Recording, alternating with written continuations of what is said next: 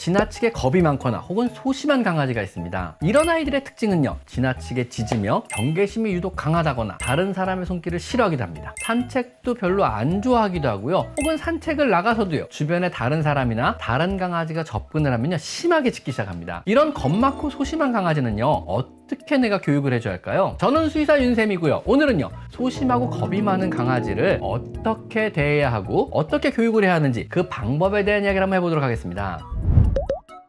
겁이 많고 소심한 강아지, 의학적으로 보면요, 불안감이 높은 강아지들이 생기는 원인은요, 절대 여러분의 잘못은 아닙니다. 잘못 대하고 잘못 교육시키고 잘못 키워 생기는 이런 문제는 아니라는 이야기입니다. 대부분은요, 여러분이 강아지를 선택하기 이전의 문제, 선천적인 문제입니다. 성격이란 이야기죠. 태어나면서부터 뇌 속에 신경전달 물질의 부족에서 선천적인 불안증이 있는 경우도 많고요, 태어나서 엄마나 형제들과 너무 일찍 떨어지게 되면서 놀며 배울 수 있는 여러 가지 사회화 교육 과정을 제대로 거치지 못했기 때문인 경우가 대부분입니다. 겁이 많다, 소심하다는 선천적인 성격과 관련된 부분은요, 사실상 훈련이나 교육으로 교정하기가 쉽지 않습니다. 성격이란 것이요, 배워서 고칠 수 있는 부분은 아니거든요. 여러분도 그렇지 않은가요? 그래도 소심하고 겁이 많다는 것은요, 강아지가 앞으로 살아가는데 삶의 질에 영향을 미칠 수가 있기 때문에 어렵지만은요, 최선을 다해서 교육은 해줘야 합니다.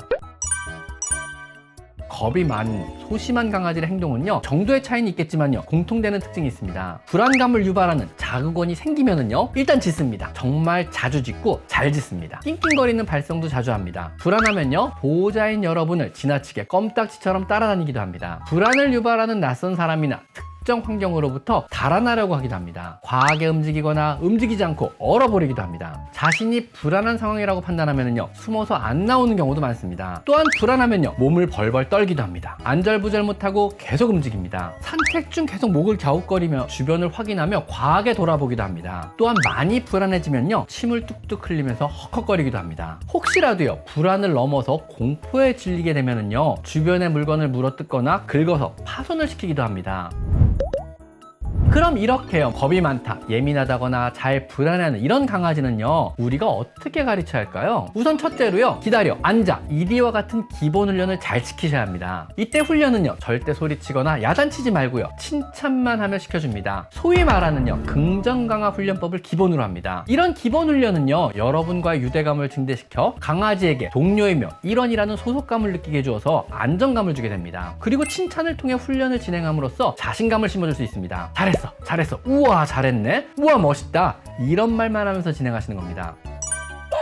두 번째로요, 다른 개나 다른 사람에게 다가갈 때는요, 간식과 함께 다가가는 겁니다. 무조건 다른 개나 다른 사람에게 익숙해지게 할 필요는 없습니다. 절대 그럴 필요는 없고요, 너무 무서워한다거나 짖는 등의 공포 반응이 심하다면은요, 피해서 다니시면 됩니다. 하지만 가족의 구성원이거나 옆집 강아지 같이 계속 만나야만 하는 이런 상황이라면은요, 천천히 다가가며 계속 간식을 주는 겁니다. 나쁜 일에도 좋은 일이 항상 같이 생긴다는 것을 알려주는 겁니다. 둔감화와 역적거나 교육 방법을 사용하는 겁니다. 아주 천천히 조금씩 해보시고요, 조금이라도 강아지가 싫어하면요, 그때는 진행을 바로 멈춰야 합니다. 이건 강아지가 싫어하거나 공포 반응, 불안 반응을 유발하는 모든 것에 훈련이 가능합니다. 진공청소기나 다가오는 자전거, 낯선 사람, 낯선 개 모두 어느 정도 거리까지 천천히 다가가며 간식과 칭찬을 하다가 더 이상 개가 못 버티면은요, 그때 바로 그만두는 겁니다. 이렇게 조금씩 거리를 좁혀보는 겁니다.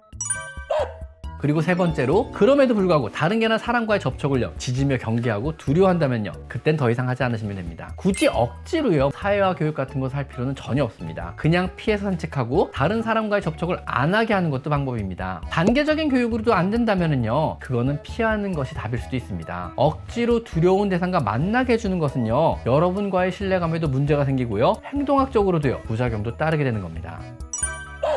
네 번째로요, 집에서도 항시 예민하고 불안한다면은요, 실내 환경을 안전하게 조성해 줍니다. 공포심을 유발하는 자극원을 최대한 제거할 수 있는 안전한 공간을 꾸며주는 겁니다. 밝은 빛을 싫어한다면요, 집안에 커튼을 쳐야 하고요, 밖의 고양이나 혹은 다른 동물 혹은 다른 사람의 발자국 소리를 무서워한다면요, 밖을 못 보게 창문을 막고요, 창가에 백색 소음기를 틀어놓아 외부의 소음이 유입되지 못하도록 차단해 줍니다. 몸을 웅크리고 들어간 숨는 공간을 더 안락하고 더 안전하게 꾸며주는 것이 좋습니다. 적응을 시킨다고 숨을 곳을 막아버린다거나 억지로 끌어내셔서는 절대로 안 됩니다. 그런 공포 반응은요, 적응이 절대로 안 돼요. 귀신은 항상 무섭고요, 외계인도 항상 무섭습니다.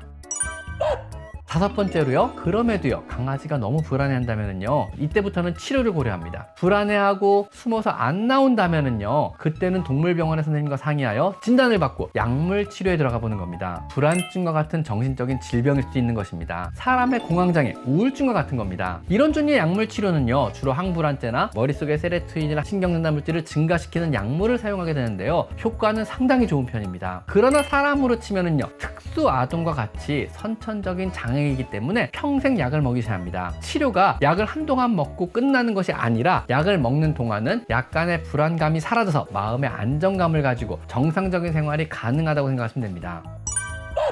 불안감이나 공포심은요, 사람에서도 그렇겠지만 강아지의 삶의 질을 심각하게 저하시킵니다. 더구나 불안한 상태에서 받는 스트레스는요, 몸의 여러 곳에 장기적인 심각한 손상을 주게 되어서 여러 질병 또한 유발하게 되고요, 그로 인해서 결과적으로 수명 또한 줄어들 수가 있는 것입니다. 단순히 겁이 많고 예민한 정도라면은요, 안전한 환경을 만들어주고 여러 교육을 통해 강아지에게 안정감을 주시고, 그 정도가 심해서 내 강아지의 삶의 질에 불안의 정도가, 이 공포심의 정도가 영향을 미친다고 생각한다면은요, 이것은 질병으로 보시고 적극적인 약물 치료도 고려해 보셔야만 합니다.